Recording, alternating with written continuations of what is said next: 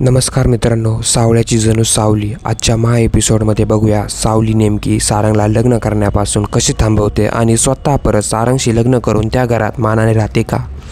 इकडे आता सावली घोड्यावर बसलेली असते आणि घोड्यावरून जाऊन ती सारंगचं लग्न थांबवणार असते, कारण तिला तिथे जाण्यासाठी काही सापडत नसतं. देवा तिकडे गुंडांना मारण्यात व्यस्त झालेला असतो आणि आता तिला तिथे पोचायचं म्हटल्यावर काहीतरी लागणार, म्हणून ती घोड्यावर डायरेक्ट जाते. इकडे मात्र सारंगला अस्पीच्या गळ्यामध्ये मंगळसूत्र घालायला लावलं असते, म्हणजे लग्न संपन्न होणार असतं. अगदी शेवटच्या टप्प्यात लग्न झालेलं असतं.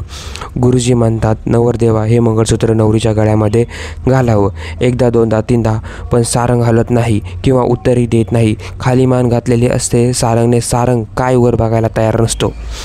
सगळे घाबरलेले असतात. अस्मिता अगदी रडायला लागलेली असते. सगळे लग्न झालं. अगदी शेवटच्या टप्प्यात सारंग तिला रिस्पॉन्स देत नाही. तिला खूप भीती वाटत असते. सावली दारामध्ये येऊन थांबलेली असते आणि सारंगने मंगळसूत्र हातात घेतलेलं असतं. अस्मीच्या गळ्यात घालायला सारंग अस्मीच्या गळ्यामध्ये मंगळसूत्र घालणार, तेवढ्यात सावली बरोबर तिथे येते आणि म्हणते थांबा.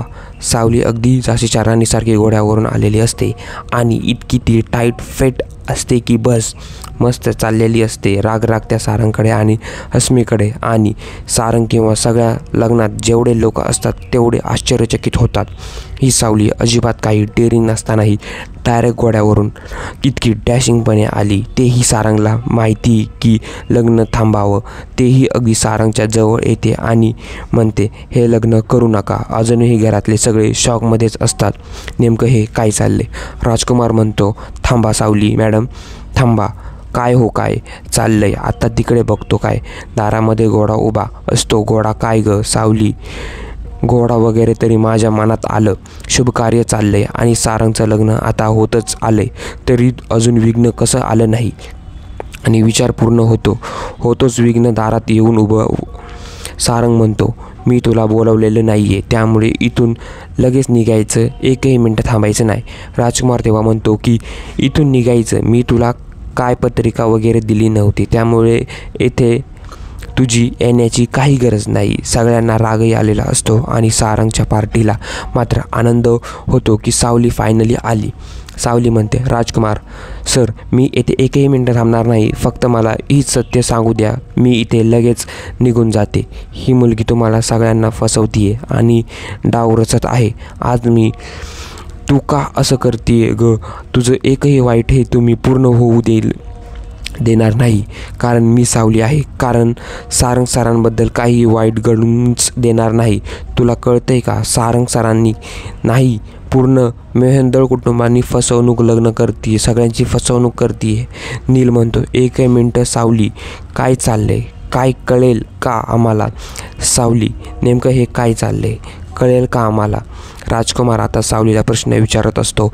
सगळ्यात आधी काय कारण असतं. सारंगला तू डिव्होर्स देऊन गेली, हे घर सोडून गेली, कोणाला काही कल्पना दिली नाही, डायरेक्ट डिव्होर्स पेपर ठेवले आणि निघून गेली, आणि अचानक आली आहे आणि आता म्हणते की अस्मी खोटी आहे. हे नेमकं काय चाललंय कळेल का आम्हाला. राजकुमार म्हणतो म्हणजे काय तमाशा रे प्लॅन याचा. जगन्नाथ आणि सावली दोघांनाही मिळून रचलेला प्लॅन, आणि याच्यात आपण अडकलो नाही तर हे कसं काय व्हायचं. राजकुमार सर सत्य काय आहे ते मी तुम्हाला सांगते. सारंग सरांना मी माझ्या मर्जीने घटस्फोट दिला नव्हता. माझ्यावर दबाव आणला होता म्हणून मी घटस्फोट दिला. अस्मीने तिच्या मित्राला सांगितलं आणि सारंग सरांना जीवे मारण्याची धमकी दिली. सारंग सरांचा जीव वाचवायचा म्हणून मी डिव्होर्स पेपर सही केली आणि इथून कायमचे निघून गेली.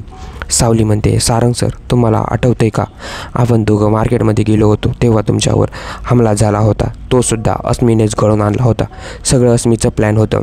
हे सारंग सर लगेच तो क्षण आठवलेला असतो आणि अस्मी आज मी एकदम शांत आणि रडायला लागलेली असते, कारण तिला माहिती असतं आता मी पकडली गेली आहे. सावली म्हणते सारंग सर तेव्हा मारायचा जो प्लॅन केला होता किंवा तुमच्यावर हल्ला केला होता, फक्त तुम्ही घाबरावं किंवा तुम्हाला भीती वाटावी यासाठीच केला. तुम्हाला मारायचं नव्हतं. सारंगला आठवतं, हो त्या माणसाला फोन आला होता आणि तो पटकन तिथून निघून गेला. त्यामुळे तुम्हाला नाइलाजाने मला घटस्फोट द्यावा लागला. तिलोत्तमा म्हणते, झालं का तुझं बोलून झालं असेल तर निघा.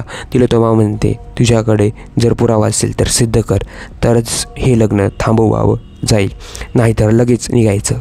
1 मिनिटाच्या आत सावली थांबते आणि जरा विचार करते. देवाभाऊ आकाराला येऊन अजून काही आले नव्हते. ते म्हटले होते लगेच मी येतो आणि इतका उशीर का लागतोय. आता सावली ही जरा भीती वाटायला लागलेली असते.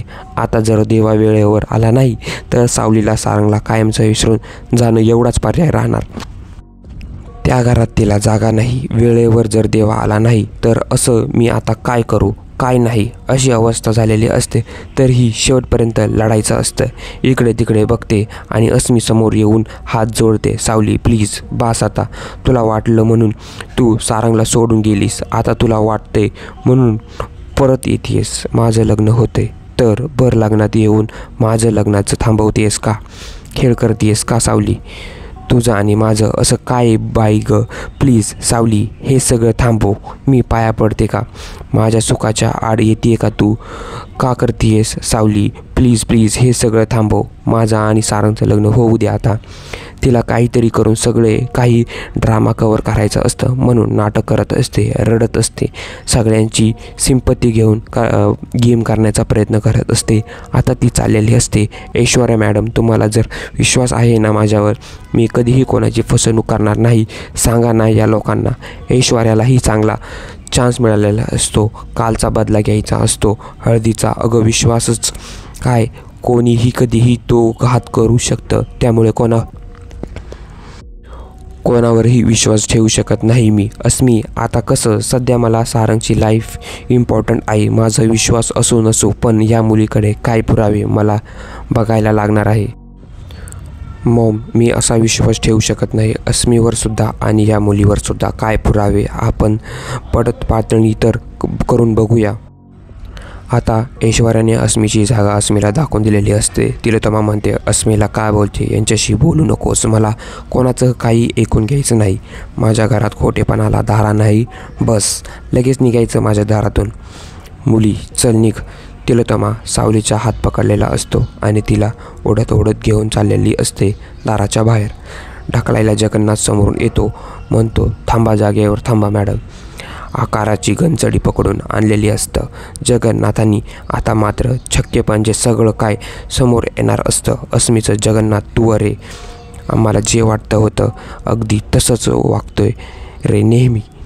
तू कसं रे आमच्या मनातलं तुला कळतं. आता काय गोळ घालायचा आहे? आता काय आमच्या आयुष्यात उलथापुलथल करायची राहिली आहे? अरे जगन्नाथ काय कांड करायचं राहिलं आहे? कर बरं, सांग आता. सांग, बोल तू काय विघ्न घातले? आधी सोहमच्या लग्नात, नंतर सारंगच्या लग्नात, परत आता सारंगच्या लग्नात, सगळ्यांच्या लग्नात घोळ घातले की तुला मजा वाटते का? आता चल शेवटचं काय घोळ घालायचं आहे ना, घालूनच टाक. सांग काय म्हणणं आहे तुझं? अरे हो जगन्नाथ, तुझ्या आणि तुझ्या लेकीचा प्लॅन आहे. माझी विसरून जात रे. मी इतके प्लॅन इतके गेम करतो ना, तू खरंच विसरून जाते. हो आता काही डाव असेल तर करा, खेळ. बापरे का डाव खेळला सावली आणि तू खेळा बरं डाव. तिलोत्तमा मेंदाळली. खोऱ्या खोट्यांचा धंदा मी करत नाही, त्यात मी पडत नाही. पण कोणी पडलं तर असंच उचलून बाहेर काढतो. मला खोटं आवडत नाही. तुझा गैरसमज तुझ्या जवळच ठेव. आता मी काय सांगते ना ते तेवढंच ऐकायचं. माझी मुलगी जी सांगते ना ते बरोबर आहे हे सिद्ध करणारा पुरावा घेऊन आलाय. तोही जिवंत पुरावा बघायचा आहे तुला. आकाराला तिलोत्तमाच्या पायाजवळ टाकतो आणि म्हणतो, हा अस्मीचा प्रियकर. आता मात्र सगळ्यांना खरंच धक्का बसलेला असतो. ऐश्वर्या एकटीच हसत असते. तिला माहिती आहे ही अस्मीची काहीतरी चाललंय. अस्मी प्रधान, तुला वाटतं होतं ना मला काहीच कळणार नाही. सगळं कळाले. तोंड उघडायचं आता. खरं सांग, कारण तू आता सगळीकडूनच फसली आहे. अस्मी आता नाटक करायला लागलेली असते. हा कोण आहे श्री तू? मी याला ओळखत नाही आणि याचा माझा संबंध नाही किंवा देणंघेणंही नाही. कोण आहे हा? आता मात्र आकार तिच्याकडे आश्चर्यचकित होतो आणि बघायला लागलेला असतो. जगन्नाथ म्हणतो, आकारला काय बोललो होतो, ओळखलं काही नाही तुला. अस्मी म्हणते, अच्छा, आता माझ्या विरोधात एक खोटा पुरावा उभा केला आहे. तुम्ही याला तयार केला आहे का माझ्या विरोधात? जगन्नाथजी आकार उडवतो आणि म्हणतो, बास, आज मी तुझे नाटक आहे ना, बास. आता खरं काय ना सांग, या लोकांना किती फसवणार आणि मला मारायला माणसं पाठवली, इतक्या खालच्या पातळीला गेले आहेस. तिलोत्तमा म्हणते, एक मिनटं, मुळात तू कोण आहेस रे? तिलोत्तमा म्हणते, खरंच काही पुरावे असेल तर दाखव की यांनी तुला मॅनेज केले. उगा टाईमपास करू नका, निघा इथून. चला. आहे ना मॅडम, माझ्याकडे पुरावे आहे. अस्मी आणि माझ्याबद्दल झालेले कॉन्ट्रॅक्ट आहे, हे बघा. आता मात्र अस्मीला घामच फुटतो. कॉन्ट्रॅक्ट वाचल्यावर तिलोत्तमाही विश्वास बसतो की हो, खरंच कॉन्ट्रॅक्ट साईन केला दोघांनी. आता जेव्हा लग्नाच्या आधी अस्मी तयार होत असते, तिच्या रूममध्ये गुपचूप आलेला असतो आकार. तेव्हा तो प्रसंग त्याला आठवतो की म्हटलेले असते, तुला अक्कल आहे का? येथे काय करतोयस तू? आता मला लग्नाच्या जायचे खाली, इथे काय करतेयस रे? आकार, तू इथून निघूनच जायचं. तुला बघितलं ना कोणी आकार तर इतका मोठा प्रॉब्लेम होणार आहे. पटकन निघून जा. अस्मी, तुला आधी कळायला पाहिजे होतं. सगळा प्रॉब्लेम जेव्हा क्रिएट करत होतो ना, तेव्हा आता काय उपयोग आहे? मी काय सांगतोय ना, मन लावून ऐकायचं आणि लक्षात ठेवायचं. अगं अस्मी, तुला काल म्हटलं की महत्त्वाचं बोलायचं. आपण भेटू. तू काय म्हटलंस? हळद झाल्यावर बोलूया. मी नंतर सगळं झाल्यावर कॉल केला तर कळालं की तू मला ब्लॉकच करून टाकलं आहे. म्हटलं, अरे वा, ब्लॉक केले? मग का ब्लॉक केले विचारायला तर जायला लागणार ना, म्हणून लग्न लागायच्या आधी आलो. ब्लॉक का केलं आहेस? मला दागिने ठेवलेले असतात टेबलावर. अरे बापरे, किती किमती दागिनेत. इथे गाडी अडकली होय. अस्मीचे हे दागिने, हे वैभवा, आई शरम पाहून सगळं काही तू मला विसरून गेली आहेस. ऐका, प्रेम वगैरे असं वास, मी पैसा पुढे वगळे माणसं विसरतात ग, आणि तूसुद्धा त्यातलीच निघाली. एवढा काय पैसा संपत्ती बघितल्यावर कशाला हा आकाराला आवडशील हो की नाही? का मी म्हणूनच ब्लॉक केला ना मला. आकार, तुला सोडून भेटून द्यायचं काही विचार नाही. मी सारंगसोबत लग्न करणार, त्याला त्रास देणार, डिवोर्स देणार. इतका पैसा मला मिळणार की दोघं आपण नंतर लग्न करू. की तू काय विचार करतोयस? आकार, हा आकार म्हणतो, तू जे बोलतेस ना, मी त्याच्यावर मला विश्वास नाही आहे. ती म्हणते, मग काय करू? अगं, बोलतीयस ते लिहून दे, म्हणजे विश्वास पटेल आणि लग्नात काही गोंधळ घालायला येणार नाही. आज मी एका मिनिटात पलटी मारते आणि आकारला तिच्या जाळ्यात ओढायला बघते आणि त्याला जरा प्रेम करत असते. लाडात येते. माझ्यावर विश्वास नाही आहे का? बस येते ते बस. अरे, सगळं आपल्यासाठी तर करते मी. आकार, कॉन्ट्रॅक्ट वगैरे कशाला आपल्यामध्ये? बस, मी याच्या आधीसुद्धा फसवलं आहे मला. तू सारकडून फक्त पैसे घ्यायचं आणि निघून जायचं, पण नाही, आता डायरेक्ट लग्नच करते. इथेच थांबली तर माझं कसं व्हायचं? माझ्याकडे ते लक्षसुद्धा देणार नाही. आकार, आपल्यामध्ये सगळं काही ठरलं तर तसंच होणार आहे. तू काय विचार करतोयस? अगं, होणार आहे ना, मग तू कशाला घाबरतीयस? दे की मला लिहून. आकारने अस्वीच्या हातात पेपर दिलेले असतात आणि सही कर तरच मला विश्वास बसेल. आकार, हा वेडेपण आहे. हो, मला माहिती आहे की वेडेपण. अस्मीने त्या डॉक्युमेंटवर सही केलेली असती आणि मगच तिथून आकार निघून गेलेला असतो. बरोबर तिला सगळा प्रसंग आठवतो. आकार म्हणतो, आज मी यांच्यावरची सही खोटी असं म्हणू नको. जेव्हा पाठर गेलं, तुझ्या प्रत्येक गोष्टीत मी साथ दिली. जी नाही ती रिस्क घेतली मी. फक्त तुझ्या सांगण्यावरून तुझ्यासाठी तू काय केलंय?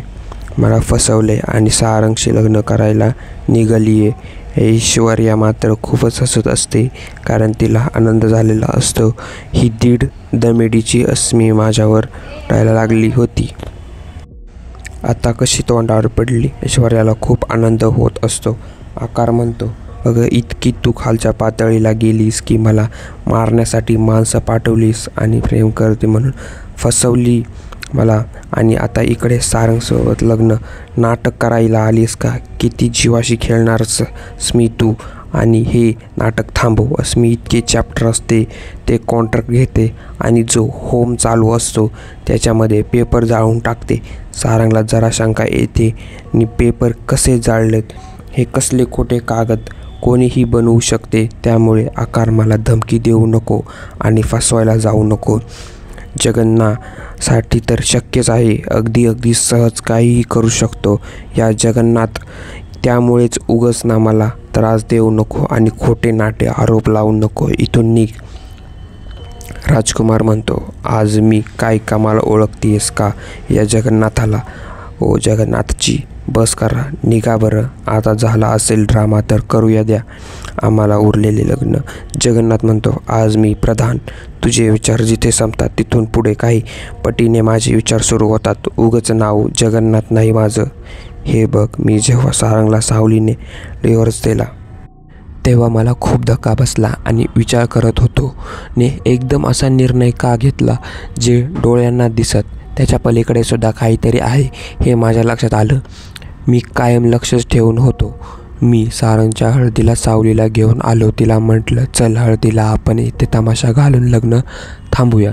सावली घरात पाऊल टाकायला नकार दिला आणि पाऊल टाकायला तर ती घाबरत होती. तेव्हाच माझ्या लक्षात आलं काहीतरी आहे. ती सारंगशी बोलत होती, सारंगशी गप्पा मारत होती, आणि ते जेव्हा तिला काय आकार समोर दिसला ती इतकी सेकंदात पळून गेली. तेव्हा सगळं काही गोळ माझ्या लक्षात आला. मग मी ताळामाळाशी गेलो आणि बघ तुझ्यासमोर काय उत्तर आहे अस्मी. तेव्हा माझ्या लक्षात आलं, आकार येते म्हणजे हा अस्मीचा बॉयफ्रेंड आहे. येते म्हणजे काहीतरी गडबड आहे आणि यालाच घाबरून सावली पळाली. मी कसा तुला सोडतोयस ग अस्मी. त्यानंतर डायरेक्ट आकारची घेतली आणि सगळी काही हिस्ट्री निघाली बाहेर तुझी. आज जेव्हा मी काही ठरवतो ना ते पूर्णच करतो. उगाच मला जगन्नाथ म्हणतात का? तू पेपर जाळले म्हणून जागेवर संपला का विषय? नाही, अजून खूप पुरावे. थांब. जगन्नाथ म्हणतो. मी डायरेक्ट त्यांच्यासमोर जाऊन बसलो आणि त्याच्या हातात जो तुझा फोटो होता तो उचलला. तुम्ही येथे? तो म्हटलं, हो, तुझा जीव वाचवायला आलोय रे. ओळखत नाही का तू मला? अस्मीने काही सांगितलं नाही का माझ्याबद्दल? याला सांगितलेलं होतं की अस्मी तुला धोका देणार, याच्यावर विश्वास ठेवू नको. एक नंबरची फ्रॉड ही. मी प्रेम करत होतो जगन्नाथजी हिच्यावर. अरे ही एक नंबर करत आहे, एक नंबरची स्वार्थी आहे ती. फक्त आणि फक्त पैशासाठी जगणारी. हा तुझ्या प्रेमाचं लग्न मग्न झालेलं होतं ग. पण मीही म्हटलं जाऊ द्या आता, उद्या याची हौस जोपर्यंत जीवावर बेतत नाही तोपर्यंत याला काही शहाणपणा येणार नाही. जेव्हा जीवावर बेतल तेव्हा याच्या लक्षात आलं की खरंच आज मी मला फसवतीये आणि आता डबल गेम खेळतीये. तेव्हा याचे डोळे उघडले. मग काय, सगळा पराक्रम समोर आला. बरोबर आहे की नाही ग अस्मी? आता कसं वाटते? अस्मीला इतका राग आलेला असतो जगन्नाथचा आणि आकारचा. अगदी रागाने बघत असते यांच्या सगळ्यांकडे. ती राजकुमारला अजूनही विश्वास नसतो. उगाच काहीतरी भंग करायचे म्हणून बोलत असतो. कमाल स्क्रिप्ट या, खरंच खूप छान लिहिली तुम्ही.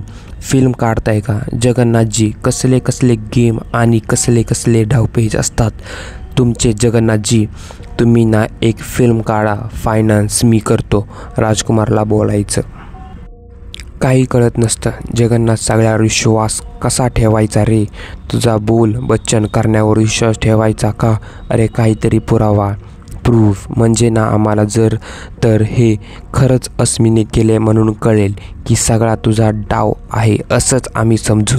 आकार डायरेक्ट व्हिडिओ क्लिप दाखवतो की ज्यामध्ये जेव्हा पेपर साईन केलेले असतात अस्मीने ते बोलवलेलं सुद्धा, आणि पेपर साईन करताना सगळं काही सगळ्यांना कळलेलं असतं. स्वतः पेपर साईन केले आणि आता इथून निघून जा. आकार स्पष्टपणे काय बोललेली हे सगळं काही त्या लोकांना कळालेलं असतं. आता खरंच तिचं पितळ उघडं पडलेलं असतं. म्हणून आज मी येते. आणि आकारची गचंडी पकडते. काय रे चीटर, कळतंय का स्वतःच्या पायावर धोंडा पाडून घेतलाय तू? ना मला ना तुला, गालकुत्र्याला अशी अवस्था झाली आहे. सगळं काही हातातून गेलंय. जे मिळणार होतं निदान थोडं तरी तुला मिळालं असतं. आता तुला नाही आणि मलाही नाही. सगळ्याच्यावर पाणी फिरलंय. लाज वाटली नाही का रे? असं काही करताना थोडासुद्धा माझा विचार आला नाही का? अस्मी इतकं काय बडबड बडबड बोलून जाते आणि सगळं काही पितळ उघडं पडलेलं असतं. अस्मीचं जगन्नाथ म्हणतात. थांबा अस्मी मॅडम, इतक्या लवकरच खेळ कसा संपेल? खेळता आता तास सुरू झालाय. अजून बरंच काय दाखवायचं राहिलंय. थांबा थांबा, जगन्नाथ म्हणतो. असं मी ज्यावेळेस तू मेंदळी कुटुंबात परत पाऊल टाकलं ना, तेव्हापासून इतकं बारीक लक्ष होतं, इतकं बारीक तू विचारसुद्धा करू शकत नाही. इतके पुरावे गोळा केले तुझ्या विरोधात, तू कल्पनासुद्धा करू शकणार नाही. तू किती खोटं बोलायचा प्रयत्न कर, पुरावे असे आहेत ना, तोंडावर पाडणारच. अस्मी आता रडायला लागलेली असते, कारण तिचं सगळंच पितळ उघडं पडलेलं असतं. जगन्नाथने अगदी हा जोकर म्हणून जेव्हा सावलीला फोन करून फसवत असतो, तेव्हा अस्मिताला भेटायला गेलेले असते. काय काय बोलली, काय काय केलं, सगळं काही जगन्नाथने पुराव्यासह रेकॉर्ड केलेलं असतं. आता सारंग जवळ येतो आणि स्वतः ती व्हिडिओ क्लिप बघतो. आणि आता आज मला काही पर्यायच नसतो. खरं कबूल कर किंवा नको करू, तिचं सत्य तर सगळ्यांसमोर आलेलं असतं. तेव्हा आज मी खूप रडायचं नाटक करते आणि म्हणते, हो मी कबूल करते, सगळं काही मीच केले आणि सगळा प्लॅन माझाच होता. मला फक्त सारंग हवा होता आणि सारंगच्या प्रेमासाठी केलेले. मी इतके प्रेम करते या सारंगवर की त्याच्याशिवाय मी राहू शकत नाही. म्हणून सगळा काही प्लॅन मी घडवून आणला होता. आता स्वतःच्या तोंडाने अस्मीने कबूल केलेलं असतं. सगळा काही प्लॅन मीच केला. आकारसोबत नंतर सारंग आता लग्नही म्हटल्यावर आकारमध्ये करणार, म्हणून आकारलासुद्धा संपवण्याचाच विचार केला. कारण याला जर संपवलं नाही तर मला याच्यासोबत संसार करता येणार नाही आणि यांच्यापासून जे मिळालेले पैसे ते एकटीला वापरता येणार नाही. म्हणून आकारलासुद्धा संपवून टाकण्याचा प्लॅन केलाच. तिलक मॅडम, मला खरंच माफ करा, तुमची माफी मागते मी. मला तुमचा पैसा, प्रॉपर्टी, संपत्ती काही एक नको. मला फक्त या घरात पाळणा हलवा. हे तुमचं स्वप्न पूर्ण करायचं होतं, तेही सारंगसोबत. म्हणून काही सगळा घाट घातला आणि सगळा खटाटोप केला. तुम्ही माझ्यावर विश्वास ठेवा. तुमची इच्छा होती ना या घरात पाळणा हलावा, म्हणून मी केलं. तिलोत्तमा मागे बघते आणि अशी सनकीच्या कानाखाली लावते की सगळे स्वप्न जागेवर पूर्ण होतात. आणि आज मी लाज नाही वाटत माझ्याशी खोटं बोललेली. तिलोत्तमा मेंदळशी खोटं बोललेली तुला माहिती नाही. तिलोत्तमा मेंदळलेले खोटं बोललेले आवडत नाही. मी फक्त सत्य आणि सत्याच्या जीवावरच चालते. कोणी जर खोटं बोललं तर असं काय माझ्या डोळ्यात चालतं की कामच करून टाकते. आणि आता तू परत तेच केले, माझ्या विश्वासघात केलाय असं मी. तू अगं मला फसवलंय, माझ्या मनाशी खेळली आहेस तू, माझ्या स्वप्नाशी खेळायला गेली. मला सुंदर, अतिसुंदर, नितांत सुंदर वस्तू आवडतात, माणसंसुद्धा आवडतात. माणसांशी मनसुद्धा सुंदर असायला हवीत ग. नुसत्या वस्तू आणि माणसं सुंदर असून चालत नाही. तुझ्यासारखी बाहेरून सुंदर आणि आतून कुरूप असले तर उपयोग काय? अस्मी, तू चुकली आणि खरंच चुकली. सत्य विदूप केलंय नाही, सत्याचा तू नाश केलाय. माझ्याशी खोटं बोलली आहे. आता विषय संपला, माझी चूक झाली. मी सगळ्यांसमोर मान्य करते, हिच्यावर विश्वास ठेवला मी, माझ्यावर लेकावर विश्वास ठेवला नाही. माझ्या जबरदस्तीने त्याच्यावर मी लादतच केली की अस्मीसोबतच लग्न कर. त्याच्या डोळ्यामध्ये अश्रू दिसत होते. ते दिसत असतानाही त्याला लग्नासाठी मी तयार केलं आणि केलं तेही जबरदस्तीने, फक्त तुझ्यासाठी अस्मी. कारण तुझ्यावर विश्वास होता ना. पत म्हणजे लाज वाटते मला स्वतःची. देव कधीच माफ करणार नाही. स्वतःच्या मुलाशी खेळले आहे, त्याच्या भावनांशी खेळली आहे मी. सारंग, आय एम सॉरी, खरंच सॉरी सारंग, मी खरंच चुकले, मान्य करते. अस्मी आता रडायला लागलेली असते आणि तिलोत्तमाच्या पाया पडते. खरंच मी चुकले, मला माफ करा. खरंच मी चुकले, मला माफ करा. पण आता सगळं काही पितळ उघडं पडले. आता हिला कोण माफ करणार? तिलोत्तमा हातात धरते आणि म्हणते, इथून लगेच निघायचं, बाद झाला आता. अगं प्रेम आहे तुझ्या सारंगवर. प्रेमाची व्याख्या काय सांगतेस? मला जरा प्रेमाची व्याख्या जर समजून घेतली असती तर इतक्या खालच्या पातळीला गेली नसती. सगळं काही प्रकार घडतो, इतकं सगळं सत्य समोर येतं तरीही सारंग एकही शब्द बोलत नाही. कारण सारंगची बोलती बंद झालेली असते. कितीही काही बोललं तरी त्याचं कोणी ऐकून घेणार नसतं. त्याला माहीत असतं जबरदस्तीने तो सावली मनात असतानाही सुद्धा अस्मीचे लग्न करत होता. तिथेच त्याची हार झाली होती. सावली मात्र जीवाचं रान करते आणि सत्य सगळ्यांच्या समोर आणून अस्मीचं आणि सारंगचं लग्न थांबवते आणि अस्मीचं पितळ सगळ्यांसमोर आणते. अस्मी अजूनही चान सोडत नसते, रडते, गयावया करते, माफी मागते. मला सारंगशी लग्न करू दे, त्याच्यावर खूप प्रेम आहे. पण तिलोत्तमा म्हणते नाही, चुकीला माफी नाही. बऱ्या बोल्यांनी बाहेर जायचं नाही तर पोलिसांच्या तावडीत देणार. तुला बाहेर निघ अस्मी. तरीही अस्मी बाहेर निघायला तयार नसते. अगदी थीट सारखी तिथे उभी असते. अक्षरशः तिलोत्तमा तिला ओढत ओढत दाराच्या बाहेर टाकून द्यायला घेऊन गेलेली असते. तिच्या मागे आता आकारसुद्धा गेलेला असतो. तिलोत्तमा तिला बाहेर ढकलून देते आणि घरात येते आणि सारंगला म्हणते हात जोडून, सॉरी सारंग, माझ्याकडून खरंच मोठी चूक झाली आणि आता जेवढी पाहुणी मंडळी आली आहे ती त्याचीसुद्धा हात जोडून माफी मागते. खरंच सॉरी, चूक झाली आणि आता हे लग्न होणार नाही. राजकुमारने सुद्धा हात जोडलेले असतात. सगळ्या पाहुणी मंडळाची माफी मागितलेली असते. सगळे पाहुणे मंडळी गेल्यावर बाबा हात जोडतात आणि म्हणतात, सावली तू खरंच मेहंदाळी कुटुंबाची सून आहेस. याचं कर्तव्य निभावलंस. एवढ्या मोठ्या संकटातून आम्हाला वाचवलं, माझ्या सारंगला वाचवलं. खरंच खूप खूप थँक्यू आणि खूप छान वाटलं. शेवटी तू काय आहेस हे सगळ्यांना दाखवून दिलं.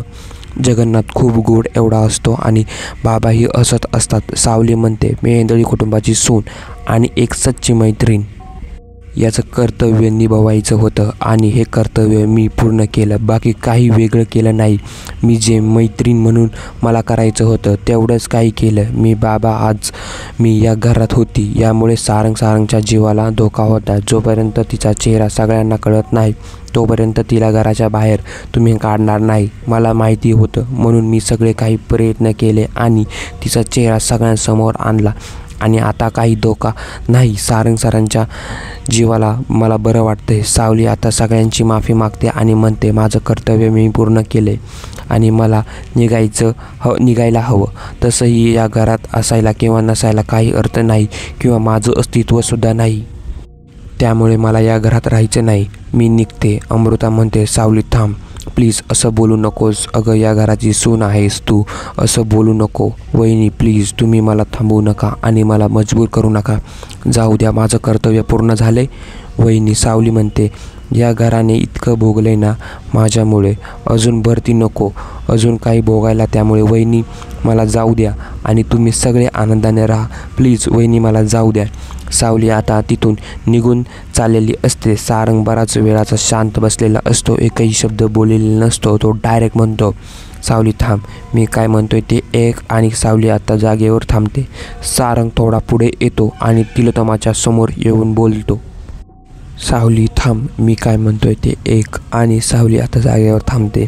सारंग थोडा पुढे येतो आणि तिलोत्तमाच्या समोर येऊन बोलतो, आई, आजपर्यंत मी तुझी प्रत्येक गोष्ट ऐकली. तुझ्या शब्दाच्या बाहेर नव्हतं आणि अजूनही नसणार आहे. तू म्हणली तसं आणि तसंच वागत गेलो. तुझे वचने दिली, तुझे शब्द दिले, ते कधी मोडले नाही किंवा मोडण्याचा प्रयत्न केला नाही. पण आज तुला एक गोष्ट मी सांगतोय, तू म्हटली तसं वागलो, याचा पश्चाताप नाही आहे. एक मुलगा म्हणून कर्तव्य बजावलं मी आणि कर्तव्य पूर्ण केलं. त्याबद्दल मला काही वाटत नाही. आई, मी तुझ्या विरोधात जाणार आहे आणि त्यामुळे तू कदाचित दुखावली जाऊ शकते. तुझा शब्द मोडायचा नाही किंवा तुझ्या विरोधात मुद्दाम जायचं नाही, पण कर्तव्य मलाही बजवायचं आणि सावलीचा अधिकार सावलीला मिळायलाच पाहिजे. त्यामुळे तुला स्पष्टपणे सांगतो, माझं सावलीवर प्रेम आहे आणि मी सावलीचा बायको स्वीकार करणार आहे. आई, माफ कर, तुला दिलेलं वचन मी पाळू शकलो नाही. आता मी सावलीवर प्रेम करतो आणि सावलीबरोबरच मी संसार करणार. हा तुझा शब्द मी मोडलाय आणि आता माझ्या पद्धतीने वागण्याचा प्रयत्न करतो. इतका आनंद झालेला असतो. सगळ्यांना अगदी पायाखालची जमीन सरकलेली असते. इतका तप केलेलं असतं सावलीने आणि शेवटी तीच तिला हे होय ते मिळणार असतं. फायनली सारंगने स्वतःच्या तोंडाने कबूल केलेलं असतं की तो सावलीवर प्रेम करतो आणि तुला वचन दिलं, तुला शब्द दिला म्हणून स्वतःला मी थांबवलं, स्वीकारलं, सावरलं. पण माझी घुसमट होती. प्लीज या वचनातून मला मोकळं कर आई, प्लीज या वचनातून मला मोकळं कर. तिलोत्तमा म्हणते, ठीक आहे सारंग, मी तुला शब्द वचन दिलं होतं, त्या बंधनातून मी तुला कायमचे मुक्त करते. तुझं वागायला, जगायला तू मुक्त आहेस, कुठल्याही बंधनात तू अडकलेला नाहीस.